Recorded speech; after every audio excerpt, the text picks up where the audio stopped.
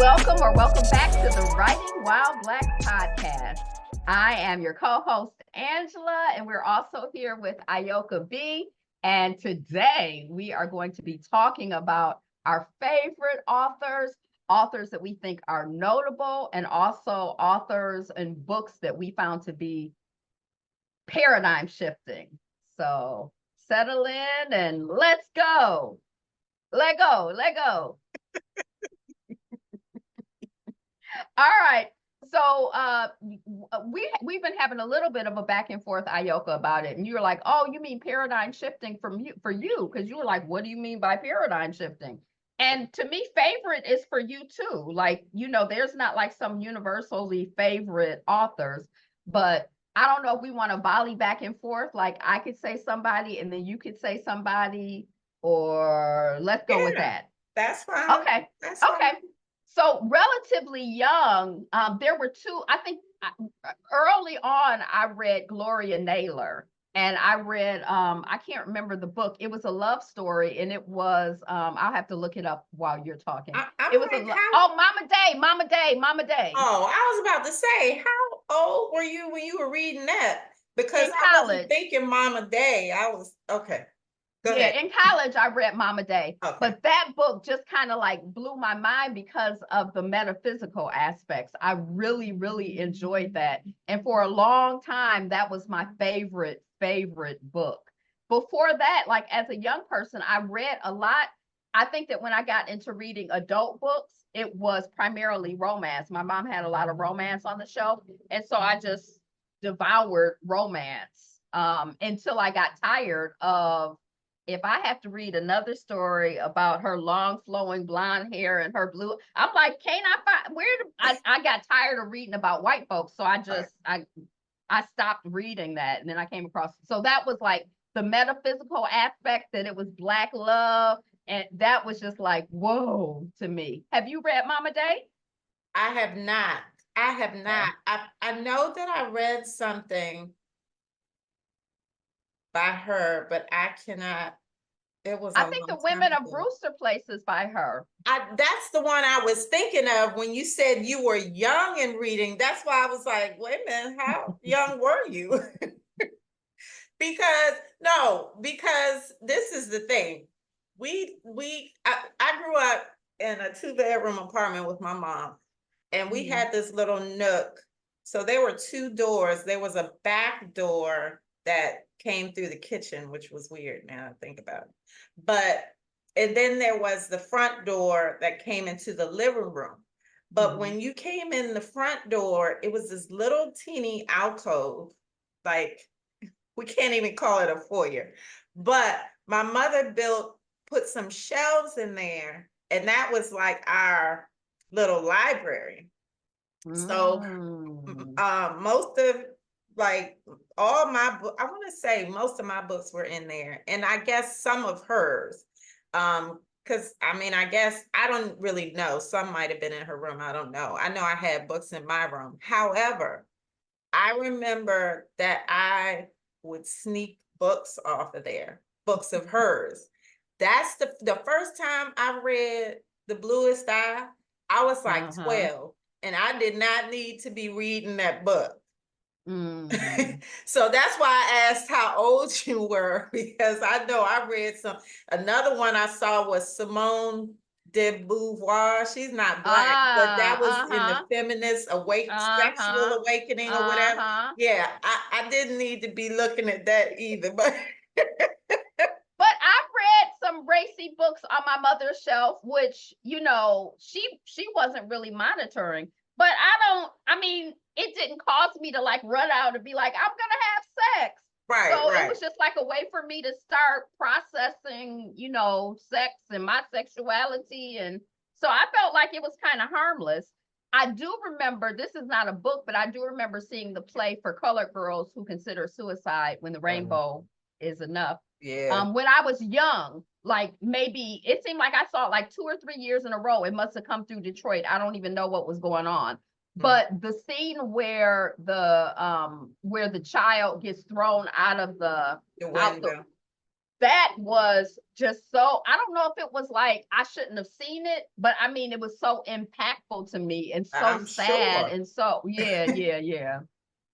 So, I, Okay. yeah. And this is off on another subject too, but I love a door in the kitchen because when you come in with your groceries, you can sit them on the counter and unpack. And what's wrong with the kitchen door? Um, no, I guess just for an apartment, it was kind of strange. I Uh, I guess. I mean, I loved it because there were only 4 floors in the building, and the only apartments that had the 2 doors were ours and the one above and the 2 below us. I don't know. That was the layout of the building. So it was kind of cool because nobody had it, you know? it was special. Right, right. All right. So who's your favorite author or I a don't notable? know. I got too many. I don't have a favorite. I mean, I can think of ones that left impressions on me. Um, Toni Morrison, definitely. I mean, we talked about me reading The Bluest Dab when I was 12. I mean, I read it 2 or 3 times later, when I was older and could process some of that stuff she was talking about. But yeah, definitely Toni Morrison. I mean, Beloved and Song of Solomon, like some of those still kind of haunt me because she has some of her writing is kind of, it she has, well, those two in particular have some, supernatural-esque kind of things going on. And so I'm getting off topic a little bit what I'm about to say, when they adapted, which didn't get a lot of play at all, but when they adapted Beloved, Mm-hmm. when they did the movie, Mm-hmm. I my mother and I were watching it it must have been, look, video. I'm dating myself, but we already know we grown and sexy. Oh, We sexy, not just hold on, let me get my boobs out. I thought we were just gonna say we old. No, I was not gonna say it. So we watching the video or whatever, and it's late at night, right? We in there watching it, and I think it was when Beloved had first arisen. I guess that's the best term to use. And she was talking in that boy. Well, she couldn't talk. She was making that whatever it was. Oh my God. We we're sitting there like watching it, and all of a sudden, and it's pitch black, it's like 10:30 at night. Somebody comes banging on the door. It scared us so bad, and that like stays with me like it was part of the story. But no, Toni Morrison definitely. I could think I read a lot of Maya Angelou. I think I first got into her because of the poetry, because of course I'm, a poet first, but I read most, if not all, of her books, and I really appreciated hearing a Black woman's kind of coming of age. Hers, although they're standalones, they kind of, they had that running through it. It was her coming of age, like I said, and just all the different things she went through. And, it just really opened my eyes and reminded me as a young woman how we have such different lives, and you never know, one, what somebody's going through, and two, you never know the path that they take to get to who they're going to become, I guess to say. But Toni Morrison, I decided I'm gonna read her as an adult because I find her work difficult to read. I think that I'm like a skimming type reader when I'm reading for pleasure. I'm Mhm. usually just like kind of, and with her work, I miss a lot. Like I have to like pay attention Yeah, and be you dialed do. in. You do. And so that's not really my reading style. So I just read Beloved. Mhm. And I haven't reread The Bluest Eye. So I've been trying to go through, but I haven't been doing a good job of it. It's on my to be read list.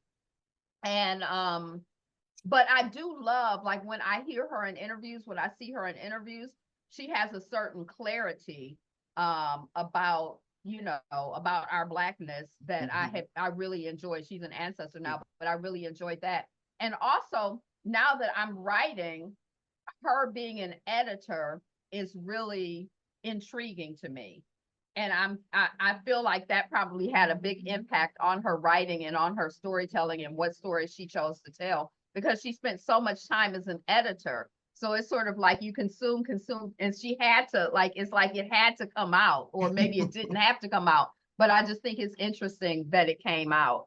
And I remember reading I Know Why the Cage Bird Sings by Maya Angelou. I don't think I've read anything else of hers. Okay. Oh no, I might have read a few because it seemed like they were all autobiographical to me. Yes. And just the other day, maybe like about 6 months ago, I opened up, I Know Why the Cage Bird Sings. I can't do it like this because it wasn't a book, it was on a tablet. And I read like I opened it and started reading, and it was so readable and so engaging. And it, like, I was kind of like, no wonder this was what it was, because it's just it stands the test of time. Like, it's so good. Yeah, Yeah. it is. So It yeah. really is. Another one, and I know people have mixed feelings about her, but I'm a big Zora Neale Hurston fan. So that she's another one. I would call her a favorite. I mean, shoot, I got a poetry book that's titled Mule of the World. And so is my blog. So I mean, but she definitely, I mean, I tend to like women who, are unapologetic and audacious and break the rules, and they just who they are. And I mean, the three women we just been, well, Zora Neale Hurston and the other two we've been talking about, I mean, they fit that bill.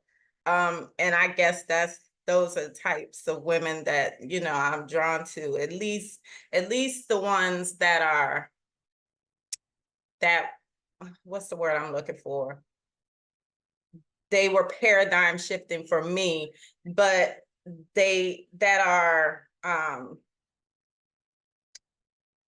were documenting our history, even though the first two, Toni Morrison and Maya Angelou, they were writing fiction. But although, they have some essays and things like that, but at least Toni Morrison does. Anyway, while Zora Neale Hurston was truly documenting our history. I mean, she also had fiction pieces too, so she did nonfiction and fiction, but I just think to me, that was a time when, well, Zora was at a different time, but it just seemed like their writing was just so, like, larger than life. And I guess it's just, to me, the role that they played in telling the stories of Black people, but specifically Black women. So yeah. Into Jackie Shange for Colored Girls and Yes. Zora Neale Hurston both went to Barnard. So at Barnard, we had a Zora Neale Hurston lounge, and I got it might have been before I went to Barnard that I got her history. Because one of the things that me and my mother are just kind of like in awe about is the idea that when she went to Barnard as an undergrad, she was 28, not 18. Right. And I just remember being like, the things that I could do if people thought if I had my 28-year-old brain and I was like 18, like, I could take over the world. So that just was kind of like exciting, to me. And I love, like, when the sound, like Zora Neale Hurston, the way that she captures voices, captures Yeah. the way that real people speak. I love. Yeah. And I didn't realize there was a controversy. I was listening to a couple of her books a few years ago, or no, like this last year. But I kind of got annoyed because, she kind of like, oh, I've never experienced racism. I'm like, what? Now, don't make me have to cut you out. Is that the controversy around her, or what's the controversy? No, well, Oh, I guess that's a piece of it. And I think sometimes we want to, speak things into existence and or don't want to center on that. That's not the conversation I want to have. I want to focus on us.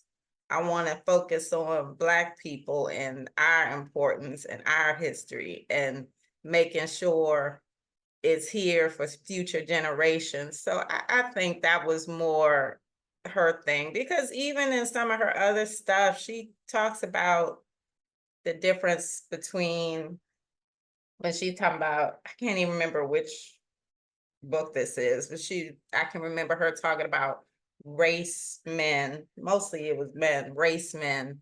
Those were people who were involved in the fight, right?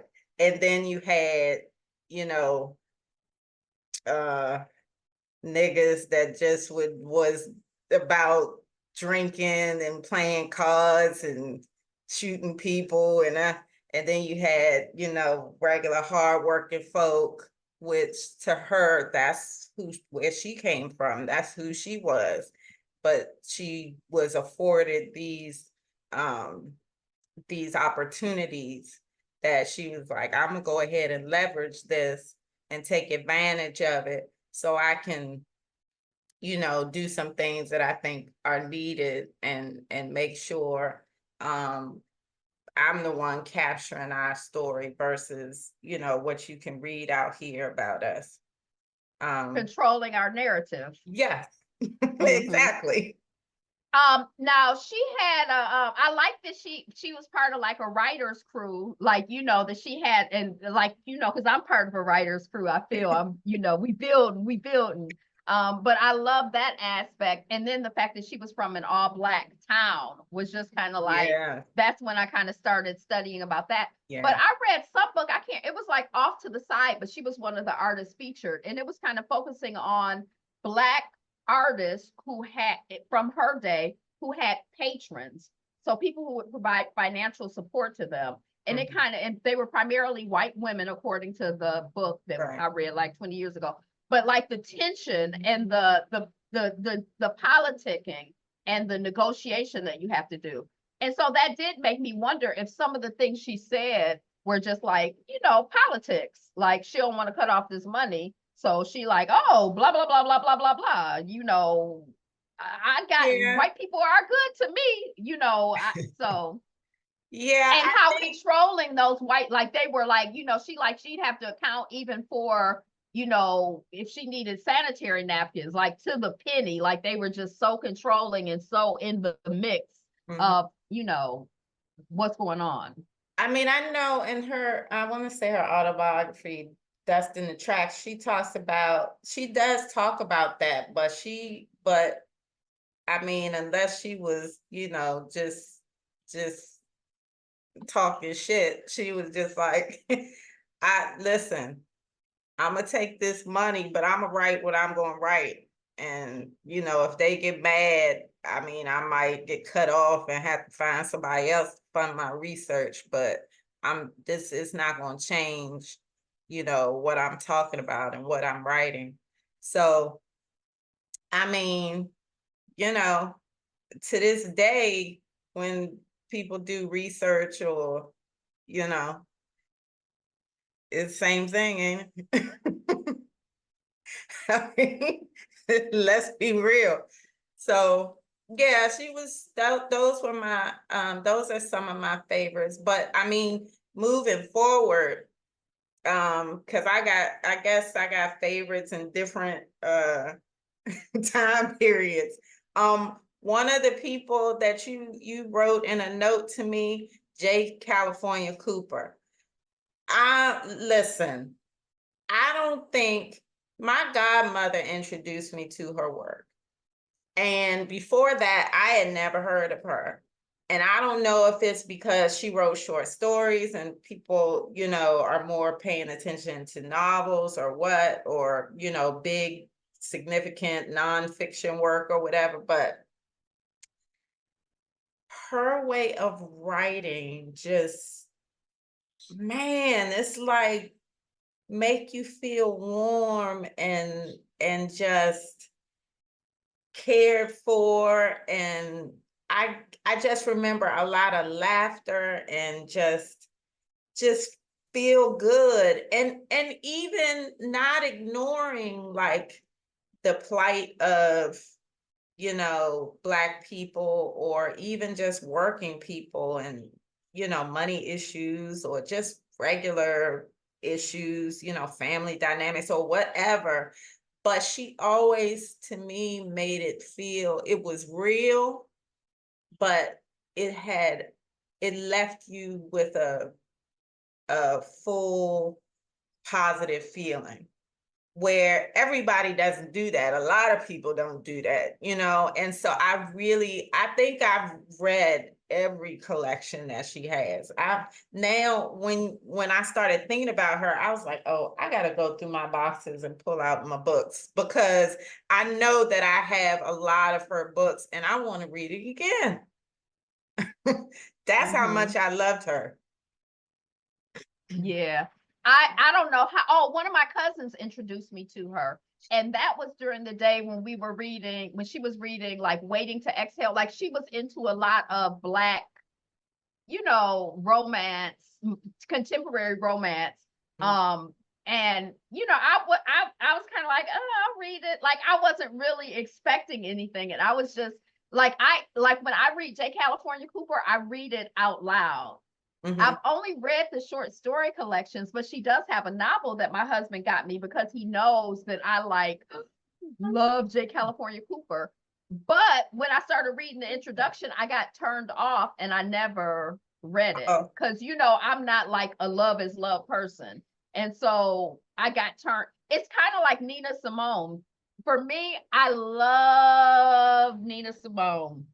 And then I read her autobiography and it was just like a turnoff to me, like who she seemed to be personally. And then something that my mother said. And I know, everybody be struggling with what they struggling with, but it was just kind of like, ooh. And for maybe about like a year, I didn't listen to Nina Simone, but I love her work so much that Shame for shame, Angela. I love her work so much that I could, like, for a while, every time I listened to it, I was thinking about what I read and I was like, ugh. But now I'm like, and that's how it is for J. California Cooper. Like, I may not read that novel, but like you say, you about to pull out the books. Like now we're talking about it. I'm like, oh, yes, J. Like it's so hopeful and so beautiful, and it sounds so good. And and short stories. I don't know if I've ever read. I think that's the only person other than my husband whose short stories I have read. So. J. California Cooper. I think the other shorts. No, I've read some more short stories, but sometimes they're like anthologies of a lot of different Black authors, versus the same author. But I read one, I want to say more recently, within the last couple of years. God, I can't.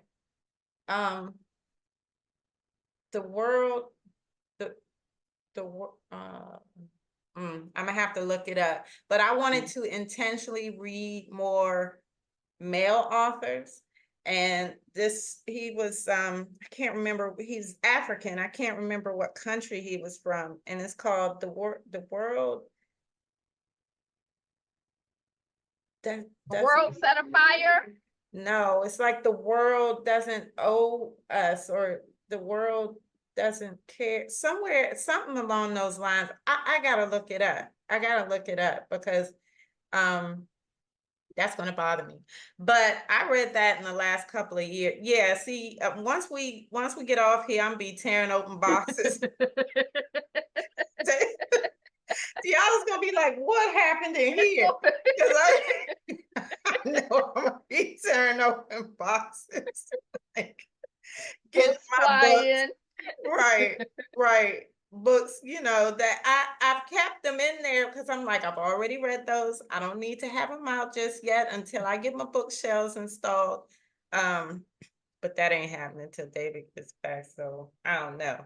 Anywho, I Oh, it's interesting because you said, I don't know if you remember, but when I was writing Love at Second Sight, I stopped like halfway through and was like, I need to read some Black romance because I've never read romance, and how dare I try to write a love story? I haven't read nothing. And that's when I went down my Beverly Jenkins rabbit hole. But now that I think about it, I had read love stories before, because when you said Terry McMillan, I said, hey, I read love stories before, but I think that speaks to her as a writer because they didn't feel like love stories because they weren't only centered on a couple and nothing else. So I guess I that's think that's like women's fiction. If we want to get into genre, I don't know if okay. those are considered love stories Okay. because they don't feel like love stories. I mean, there was definitely like romance and love interests and stuff like that, but my brain didn't, I guess to me that, well, hell, I didn't know what a romance was, so that it didn't compute. But my favorite from her, which people, I think when they talk about her, they don't go to this story, is the one, oh, now the title just escaped me. It's when, I want to say that was the first book that I read that had dual point of view, where it went back and forth between the man and the woman. Oh, what was it called? Disappearing Act. I loved that book. Now, I wouldn't say Terry McMillan was one of my favorite authors, although she does have books that I enjoyed, but Disappearing Acts, I kind of loved that book. I did. And they did an adaptation of that, and I was a little nervous because I don't like when they adapt stuff because they be messing it up. And it was okay. It was okay. I didn't like the casting as much, but who am I? Okay. Yeah, I'm sure I've read some Terry McMillan, but nothing that sticks out in my mind. But she was certainly like breakthrough in terms of, it seemed like she like just burst on the scene and she was like mainstream in movies. But I want to loop back.